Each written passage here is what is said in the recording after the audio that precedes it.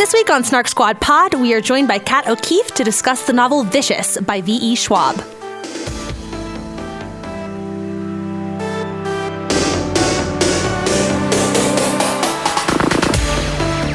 Welcome back to Snark Squad Pod. My name is Nicole Sweeney. I am Marines, and today we are joined by Kat O'Keefe. Kat, say hi. Hi, my name is Kat.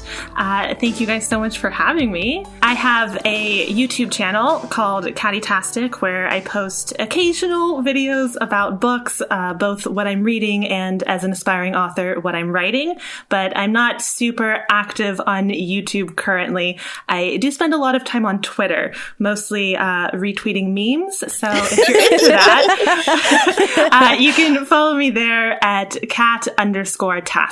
We invited Kat today to talk to us about Vicious, the first in what I believe is going to be or stay a duology by V.E. Schwab. And this was chosen for us by our patrons. So thank you to everyone on Patreon for participating in that poll. I nominated Vicious for the poll, so, thanks for having my back, guys. This is the one I wanted. So Vicious follows college roommates Victor and Eli. And we kind of access their story through two timelines. First, we meet them when they're in college and they're beginning to work on their thesis proposals. Eli decides that he's going to do his on extraordinaries, so essentially people who have superhuman abilities. And he begins working under the idea that you gain these abilities because of trauma, specifically near-death experiences. And Victor is like, cool, let's try dying. Let's test it out, see what we can do. And they both do. They experiment, and their experiment ends in success. So they both end up with abilities. Victor gains the ability to cause and ease pain, and Eli the ability to heal. In the process of all of this, specifically when Victor is gaining his powers, Eli's girlfriend, Angie, dies, and she's literally just there to be like a female bystander. So, yep. Check that off. Superhero story, woman dead. And Victor turns to Eli for help in all of this, but Eli turns on him and reports him to the police. They have a bit of a showdown. They fight. Eli shoots Victor, and Victor ends up surviving, but he does get sent to prison. And then the story moves ahead. It's kind of told interwoven, but the second part of the story moves up 10 years, and Victor has broken out of prison with his new BFF, Mitch, and they are trying to track down Eli because Victor wants his revenge. He wants vengeance. It turns out that Eli has been killing EOs for the past 10 years, like on a divine mission to rid the world of the extraordinaries because they're unnatural. Eli is running with a girl named Serena, who is a college student who, through a near-death experience, gained the ability to make people do whatever she wants.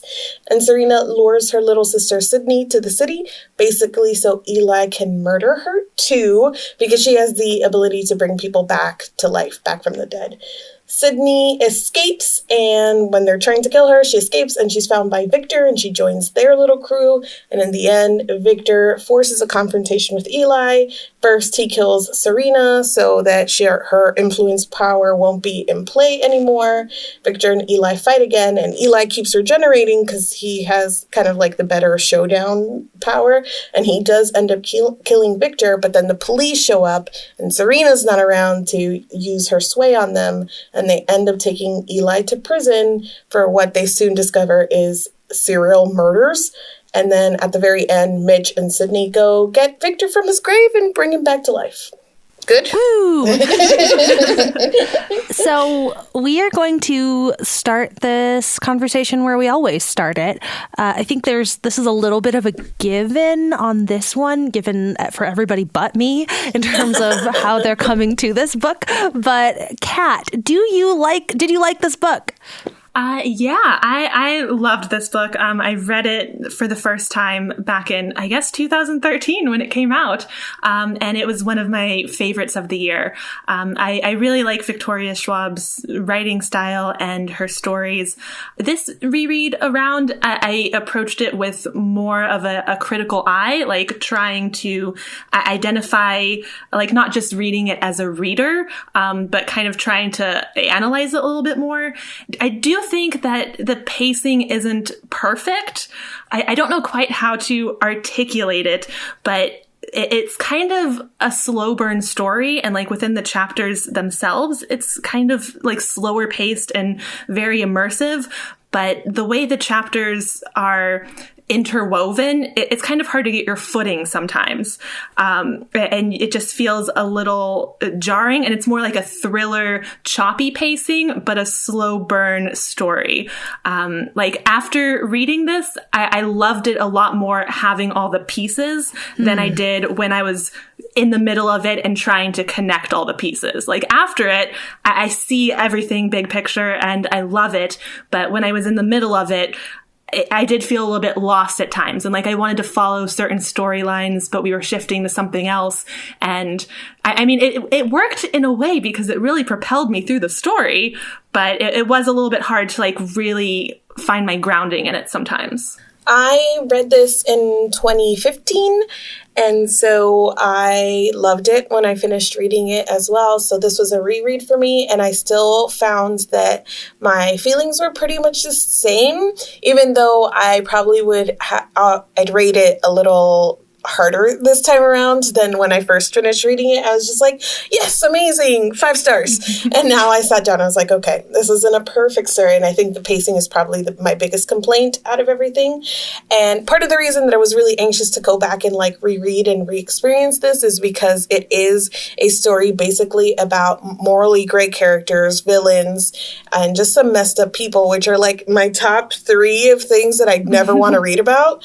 And so, but I loved this book. So it always stayed with me. Like, I want to go back and revisit that to see if it was a fluke or if I really liked it or whatnot. And I think part of the reason that I do enjoy it so much is because there's a lot to talk about here.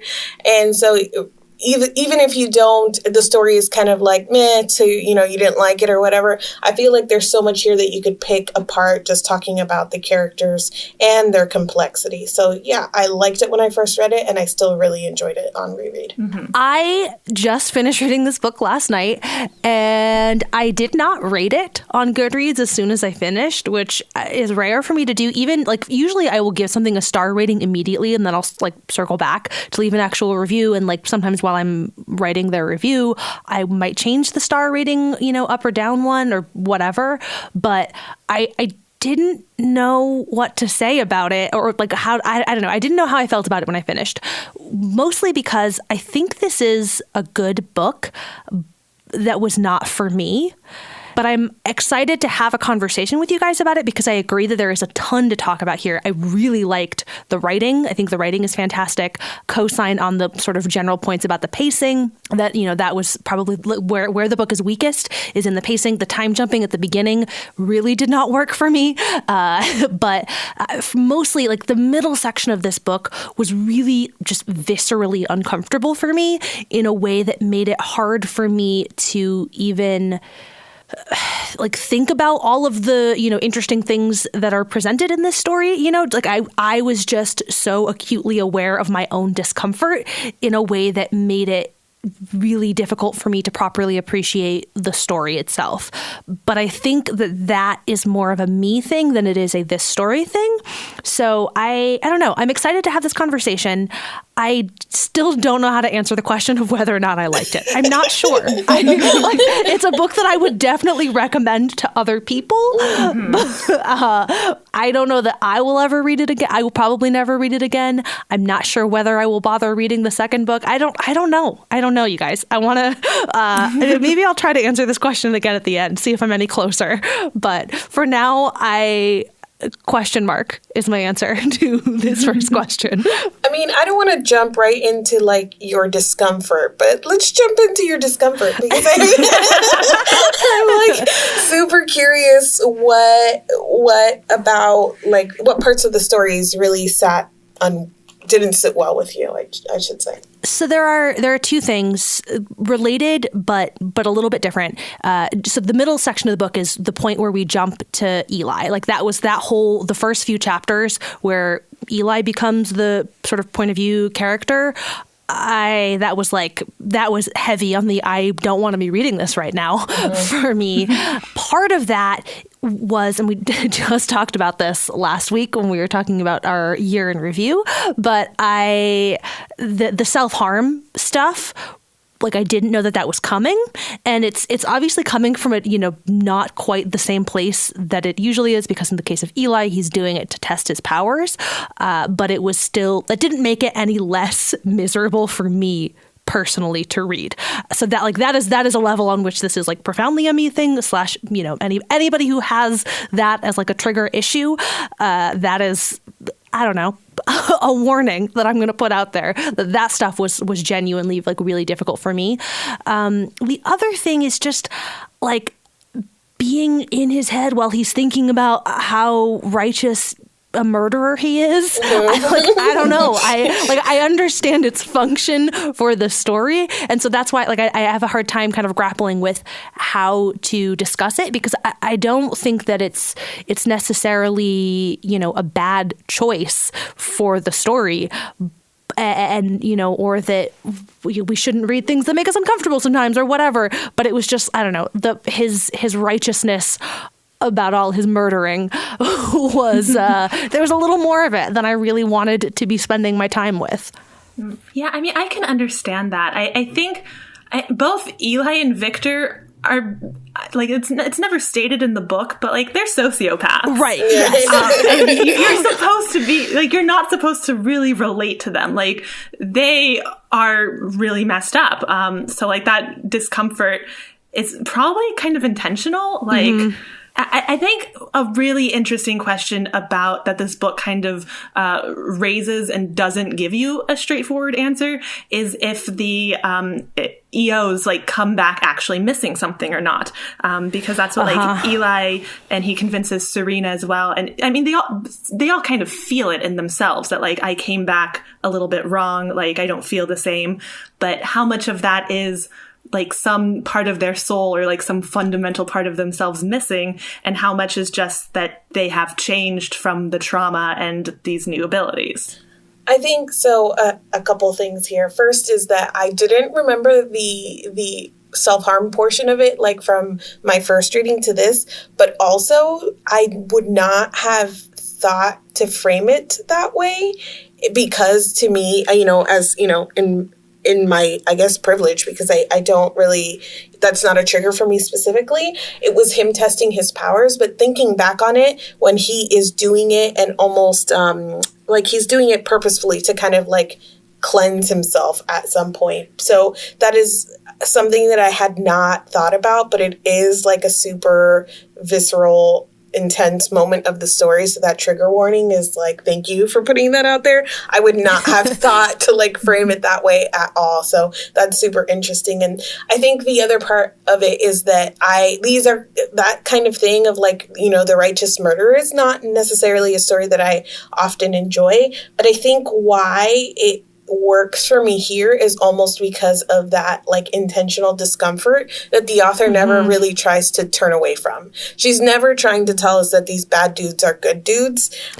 I mean, she takes pains to tell us pretty repeatedly there are no good people in the story, and I think that like of like, yes, that's how how I want to consume my villains. I don't like the ones where like he's so bad but I love it, like I don't want that story. So I think that discomfort is almost part of the reason that I like this particular story. Yeah, like they're complex villains, but they're still all villains. Right. It's not like, he's secretly a hero because he saved a puppy. Like, no, they're all bad people.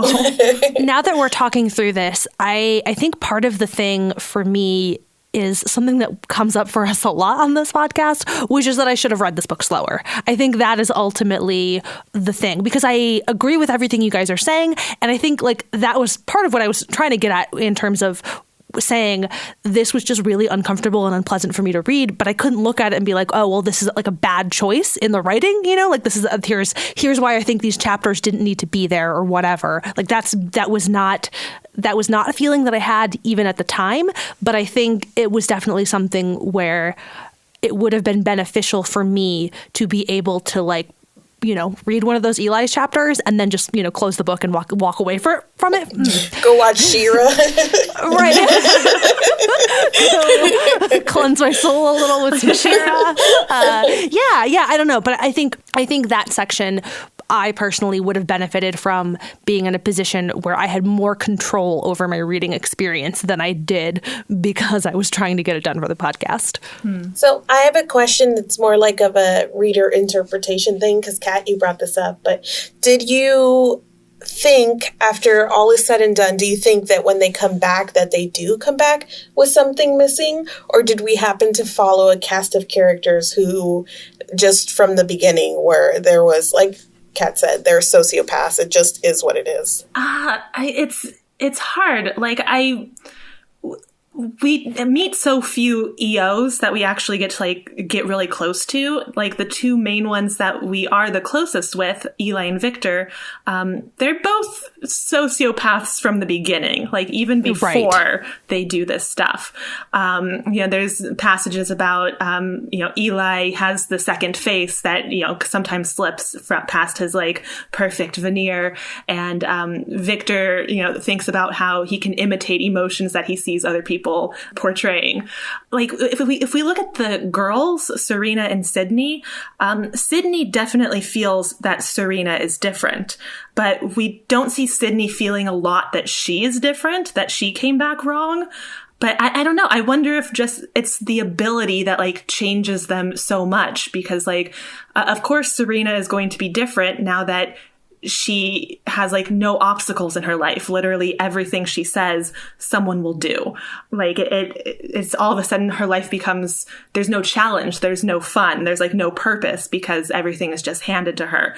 So how much of her change and her belief in the EOs being fundamentally changed is because of that, that fundamental change and how it affected her psychologically, or is she actually missing her soul? I don't know. I don't have any answers. I come down on the side of no, nothing, they haven't come back with something missing. And I think sort of for all the reasons that Kat just kind of laid out, which is that, when you look at the four of them, there are some distinct differences, and specifically Sydney. I think Sydney is sort of the case for they didn't come back wrong. They didn't come back with something missing, because Sydney does seem genuinely good, and so that's a component. I think that's really interesting what you were just saying about the abilities themselves being a thing. So in the case of Serena, how that ability would change a person. Whereas with Eli clearly had a strong, sense of entitlement even before, right? And so there's a lot of ways in which the idea that he is now invincible and cannot die, compounded by some other things in his worldview, would just exacerbate everything that was already there. And so, and same with Victor. So I think that there are factors. Maybe this is just sociology major in me, but I am very strong on the, there are larger factors at play here that are influencing all of these people. And I don't think that it is the coming back itself that inherently, makes them broken. But I don't know. I haven't read the second book. Maybe in book 2, there's better answers. I feel like I started the souls on Buffy chat. This is the equivalent. Yeah. Nothing good comes from that conversation. Yeah, I'm starting to land more on that side about how it's not that something's missing. It's just that they're different, that it's more like something is added with the powers, because it really does completely change their lives. They don't have consequences the same way that a normal human would anymore. And I think another interesting aspect is the self-preservation side of things, because part of what makes an EO is that they desperately want to live. They have that near-death experience where they die, but they want so badly to come back. And I think that sort of self-preservation is a really interesting quality, because you have examples in the character, I want to say his name is Daniel, the veteran that is the Shadow Walker. He is in constant pain. His life kind of sucks a lot, but he still wants to live and he still has that self-preservation instinct. I think that that's one of my favorite parts of the world building and just kind of everything around the powers. I really like that there wasn't a lot of backstory in terms of like they explain how you get the powers, but EOs in general are just a thing in this world and it kind of stands up on its own. I really appreciated that. But I loved how the power matched their like near-death experience and like those final moments of what were you thinking, what were you wanting that, translates over into whatever their power then becomes. I thought that was really neat. It was one of my favorite parts of that. I also, to this question about souls, I like the fact that it's something that the characters are thinking about, but that the book doesn't really answer. Me too. I enjoy that. I mean, it's nice also when you're, reading a story with like really fleshed out magic systems and you get definitive answers. We've talked about this a little bit with the A Song of Ice and Fire books. Like what is Endgame? Are we ever going to know what's true in terms of the religion of the world? And I like the idea that we are just as uncertain about it as they are. Mm-hmm. To me, I think the powers is like, it would be the same almost as if they all got suddenly $1 billion. So whatever really sucks about you, like it's probably going to suck more with unlimited access to money, and whatever's good about you might stay good, but it just kind of changes everything and how you would live your life. I don't think there's anything like, essentially missing from them because of the near-death experience. It's more like what's missing is that they just aren't like a regular person anymore. They kind of don't necessarily lose their soul, but they lose a little bit of their like touch to humanity kind of, because now they don't have the same consequences. They don't have the same rules that like everyone else does because, Sydney can just bring someone back from the dead. Victor can make everyone feel pain or no one feel pain. Something that we all mentioned back in the beginning that I think is worth getting into is just like the pacing of the story. I know that for my part, it like was a struggle from the beginning because of the time jumping. And while my discomfort with some of the Eli chapters was something that I could look at and go, I am personally uncomfortable, but I think that this is like the correct move. I'm still not entirely sold on the time jumping at the beginning, just because it makes you so acutely aware of the writer. Like the writer is so present as we're constantly like stopping to shift back and forth. And I don't know, it is rare that a story jumps around in time and I am like, yep, that was a great choice. Yeah, that is the one thing that I don't know exactly how to like put my finger on what I would change, but the pacing and the way the chapters were kind of chopped together did feel a little bit off to me. I don't know how to fix it because after reading the book and like reflecting on all the different pieces, like they all make sense together. All the pieces come together and like the payoff is there. But when you're first starting it and you're first reading it, you can't really like find your grounding in the story because you don't know like what place we're going to be next and where we're going, and everything is just kind of still like setting up and building. It's like a slow burn story, but then the chapter changes just give it like a thriller kind of pacing that doesn't mesh super well. I don't know. I think that for me, like at the end of it, I really appreciate the format and the time jumps just because I think that it adds a little bit, like there's some layering going on in the story. And I really like that even as you know that Eli and Victor survive, as you're reading about them and these near-death experiences, there's still tension. I'm still like, freaking out, like about, how are they going to make it out of this? Does he survive? I know he does. So I thought that there was something really neat about how she manages to keep some of the tension in the past, even when you kind of know some of what's coming on in the future.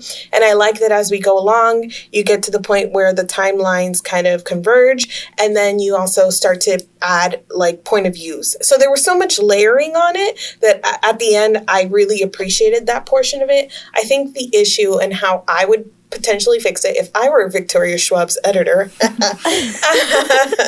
Oh man. I think that at the very beginning, the chapters were too short. If you're going to jump around that way, when you're setting up the story, I think you need to spend more time in each of, like, before you jump back and forth. We were doing it so quickly that you couldn't get any purchase in any of the timelines. Like, as soon as you grabbed onto one moment, one character in one timeline, then it would, like, abruptly cut you to the next. So I think we just needed a little bit more space to get our bearings in each of the timelines before she shifted us. And then as you get further along in the story, you can kind of, whiplash us all over the story as much as you want, because we're already there. But yeah, I think in the beginning, it just makes it difficult to get into. And I think that that's true. Like, the midway point for me on was all a breeze. Like, I could finish it pretty quickly. But up until that point, it is choppy. Is there anything that you would have liked to see more of in the book? Mitch. Yeah, that was one thing that also really stood out. Like, when the chapters were, like, cutting back and forth and it was about Mitch, like, I wanted to stick with him. I wanted to see, like, we could have gotten his story all at once, I feel like. Mm-hmm. Like, his backstory in the prison, like what Marinas was just saying. Like, we could have had longer chapters, or just, like, stayed in, like, each time section a little bit longer, not so much whiplash, especially in the beginning. I think also I could have read so much more about Serena and Sydney.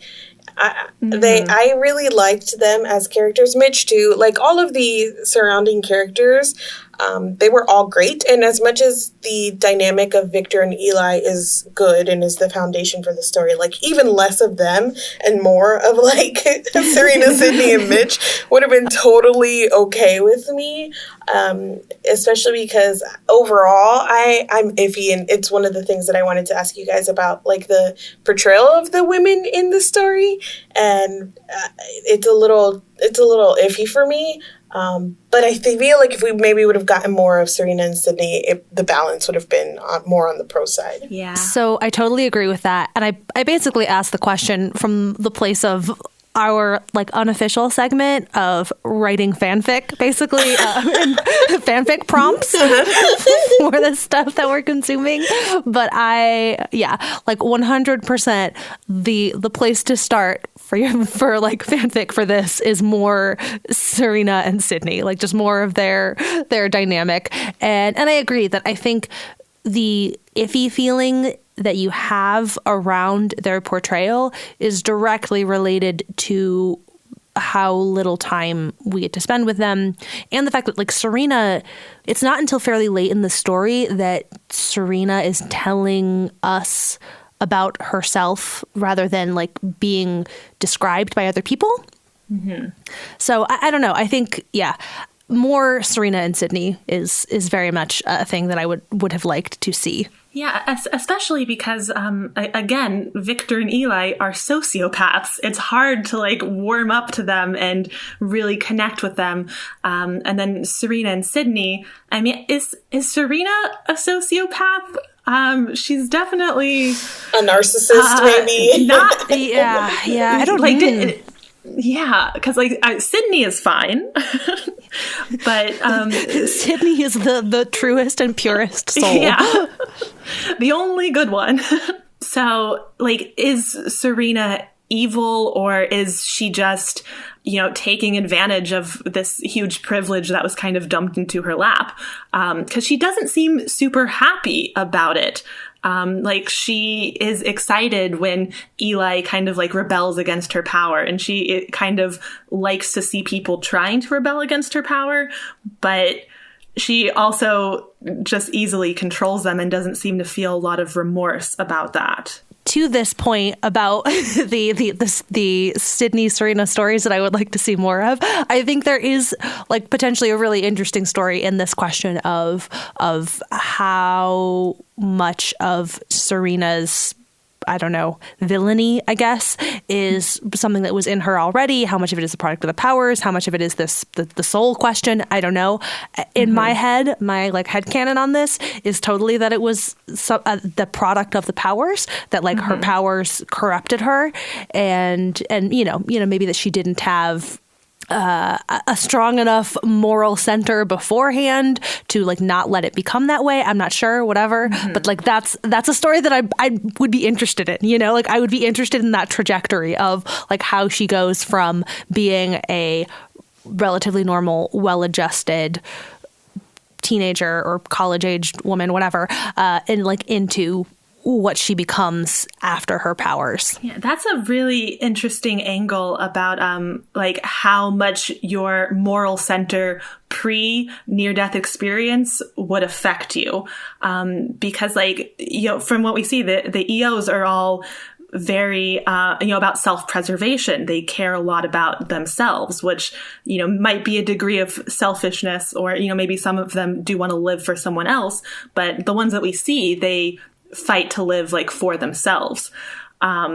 Except necessarily Sydney, who like when she's dying, she's just like, come back to her sister. But yeah, I wonder how like moral you are before the near-death experience, how much that matters. I think one of the things that stands out to me too, like in that same vein, is how Eli and Victor both they have to develop kind of their conscious, but they don't really necessarily have one. So Victor talks a lot about how he has to set up like almost his own set of rules and guides to how to act. Like, so even if he's holding a gun to a cop and he doesn't feel guilty about it, still something in him is like, I should feel guilty about this. So he set himself up in order to have these parameters. And then we see Eli has something similar, except for that he has almost like a ritual, and the things that he's going through, like to find the EOs and get rid of them, it becomes very ritualistic for him. And that almost becomes his guideline, his conscious. So I think that idea of like what you have pre-power in terms of like conscious and moral center definitely gets like brought over post-power. And in Serena, we see a little bit of that selfishness and whatnot, with Sydney basically being alone, you know, and her parents are off globetrotting and she's raising herself, I guess. And Sydney calls her sister and is like, please come home. And Serena's like, nah, gotta go, you know. And you not to blame her or say that she's right or wrong, because she's escaping that, you know, aloneness too. But there is a little bit of that selfishness that we then see carried over when she's got all of these powers and nobody can say no to her, basically. I mentioned during my recap the other female character that we meet kind of briefly. Angie was her name, right? She was Eli's girlfriend / Victor's love interest. He was like jealous of her. And I keep going back and forth because I think that it was, I can't decide if Victoria did this on purpose and it was like tongue-in-cheeky, or I don't know. But she's basically a bystander here. She gets killed. And then the best part of it is that Victor has been like, you know, mooning over her and thinking about how jealous he is and she should be mine. And then as soon as she's dead, he's like, wow, I didn't care that much, actually. And Eli is also like, oh, yeah, no, I didn't really care that much either. And then they just move on. And she's like literally never mentioned again. So I want to think that was almost purposeful and like commentary on it. But I don't know how you guys read that. I mean, I don't remember feeling this way on my first read of the book, but on this reread, I was actually kind of perplexed by how small of a role she had, and then how she was just killed off and she didn't really seem to matter that much. Also, I don't know if I just wasn't reading it super close. I have some, like, did Victor go to jail for her murder? Or was it deemed an accident? Like, did he go to jail for her murder, or was I think so? It something else? I think it was her murder. Yes. Okay. Yeah, like that. It was just she was there to kind of propel their stories. But yeah, I was a little bit disappointed that she didn't have a bigger role, and she was just kind of like the woman who gets killed to propel the man story. Yeah, it didn't stand out to me too much as I was reading, just because like enough was happening. But that was definitely something that upon finishing the book that was like, okay, well, so that happened. And I don't know whether I think that it was intended as commentary. I don't think that it was effective if it was intended as commentary, but I also don't know how how I would change it to do that, you know? Mm-hmm. There's just that idea of like, if she's there, if she exists, or usually when you see this woman character who's there to propel the hero story or the villain story, you know, Victor would have broken out of jail and would have been like, for Angie, and Eli would have been like, for Angie, but they literally just look at her and go, hey, nope. Not important. We thought that, you know, this is like the end all be all, like our feelings for her or whatever, but there's so much more that we're feeling on this other side, which I just thought was pretty interesting. I mean, at the end of the day, you still feed into the trope because she's dead, but it was definitely... She's still, you know, the woman in the refrigerator. Yes, absolutely, yes. Yeah. But there was a little bit of a switch there that I was like, okay, all right, that's the direction we went.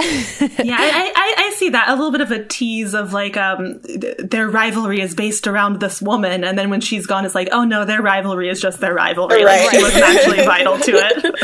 It's still just a dick measuring contest. So yes, I'm not sure whether or not the sort of fridging that turns into nothing was like the most effective thing in the story or whatever, but it is really interesting and like fitting, and I think a good way of demonstrating how like not good these dudes are even from the jump. Mm-hmm. If you see how much they project onto her, like as an object of sort of filling their wholeness. Mm-hmm. I don't know how to better articulate this. I think if you go back to them in their college days, it is this like subtle way of, before they have done anything really truly villainous, like you can kind of already tell that they're just like not very good people. and like an undercurrent of this, one way in which that's clear if you're paying attention, is the way that they are both thinking about the woman who is most present in their lives. I think she becomes a receptacle of their wanting, basically. Yes. They don't know. I mean, it's like almost like the peak of what they could want as two college-age students or whatever, and then they get upgraded with these abilities, and all of a sudden they find that their wanting extends so much more, and she's just a casualty of that. You know, she was what she was during that period, but, you know, they've got bigger fish to fry, I guess, and they move on. And you really start to see like, okay, so that's where like that whole argument of, or not argument, but the idea of like, oh, they came back wrong. Like she really starts to cement like, I don't know, they were kind of wrong in the first place. Right. They were both already wrong.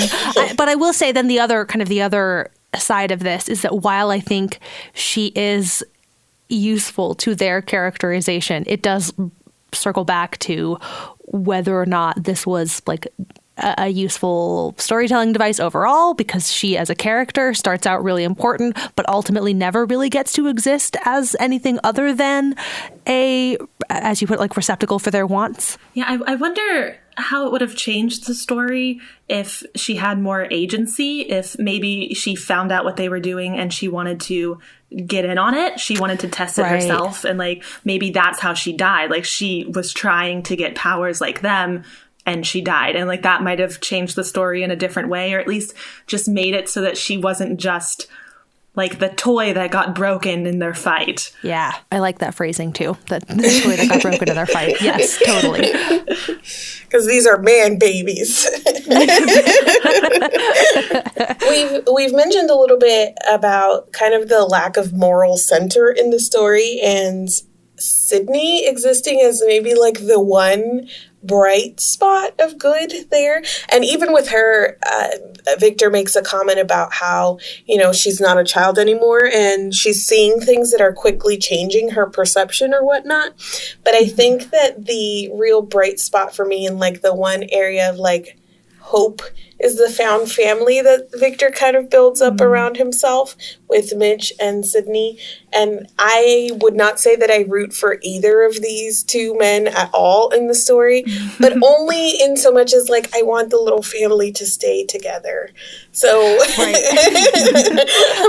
I want Victor to like maybe become a little less terrible, so that Sydney can be happy. Right. Like, not for Victor. Like fuck Victor. But like also Victor, I want Sydney to be happy. So yeah. So you're like a fan of Victor, but only because Sydney likes him. Right. It all comes back to Sydney. Yes. I think that's, kind of the point of her character is to soften Victor a little bit, because like he is a bad person. Like none of them are really easy to root for, but then Victor, saves this gunshot 13-year-old and gives her a home and a puppy. Makes her feel safe for the first time in a long time. So and then Serena tells her, "Go where you feel safe," and she just goes and finds Victor. so many feelings. See, I wonder how, like, if, maybe a lot of the moral ambiguity, like their lack of a moral center, like how much of that just comes from becoming like a jaded adult. Like Sydney is young. She's 12, 13. Oh, no. I don't like what you're implying about where Sydney's headed. Maybe she's just innocent because she is still young and innocent. Serena was going to let Eli murder her little sister just because she felt like, she came back wrong. They both came back wrong. And like, she believed him that was the right thing to do. She could have easily talked him out of it. She could have told him no. Her whole power. Yeah, exactly. Yeah. Don't do that. Oh, man. I think there's definitely some of that. Just because we see it in her too, and her like blind trust of her sister, and like her sister, no matter, even before the power, like her sister said anything and she was like, yes, okay. So I think there's some of it that is like being young, but I think a part of it is personality. I don't know. I just want to think of her as like precious and lovely forever. The second book does follow more of her story, I believe. So I'm almost hesitant to go and see if she's been jaded by all of this. I just wanted to picture her and the puppy and, her drinking chocolate milk and having a nice time. She does have like such a dark power though. I know. And like there could be more repercussions that we don't really see because of like how cold she is all the time. And like when she was saving the dog doll for the second time, I didn't know she could keep just bringing them back endlessly. So like that is another question about like, is that going to affect her? Like maybe not just like having the power, but using it often. Will that affect her? I want a comic book series where Sydney goes around saving dead pets. Oh, are you fan fiction corner? That's adorable. With guest appearances by Midge, who drives her around. Yes. Basically. Yeah, obviously, yeah. Have you ever seen the Twitter, like, I pet that dog or something? She just pets people's dog. That, but Sydney. I revived that dog. I think that the found family stuff is especially interesting here because everybody has a fucked up family, basically. Like, all of them come from weird homes where the parents are absent or whatnot. And it gets there are a couple of things, actually, that get a little, like, on the nosy here, where it's like, oh, it must have been fate. And I'm like, really? Another word for that's contrivance. But, it's fine. But also the way that all of their parents are literally missing is interesting to me, but I think it's purposeful because she puts such a strong found family here in the middle of the story too. Yes, I definitely love all of the found family stuff. Me too. In addition to liking the found family, I feel like before we end this episode, I have to answer the question that I was supposed to answer at the beginning. I feel like my star rating on this would be like 3.5 stars. I feel like I can't give it anything much higher than that because of the degree to which I personally was uncomfortable with it. But having this conversation is making this book live so much better in my feelings. Success. Yeah. But I can't tell if that's the book or this conversation. Did I like this book or did I like talking to you guys? Unclear. Go rate me 5 stars on Goodreads. Thanks. Yes, 5 stars for both of you.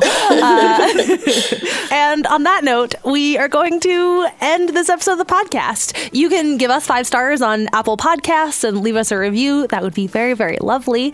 You can also share all of your thoughts about Vicious over on SnarkSquad.com, where there will be a post dedicated to this episode, or you can join us in our community on Patreon at patreon.com/SnarkSquad, where a poll of patrons chose this book for us to read in the first place.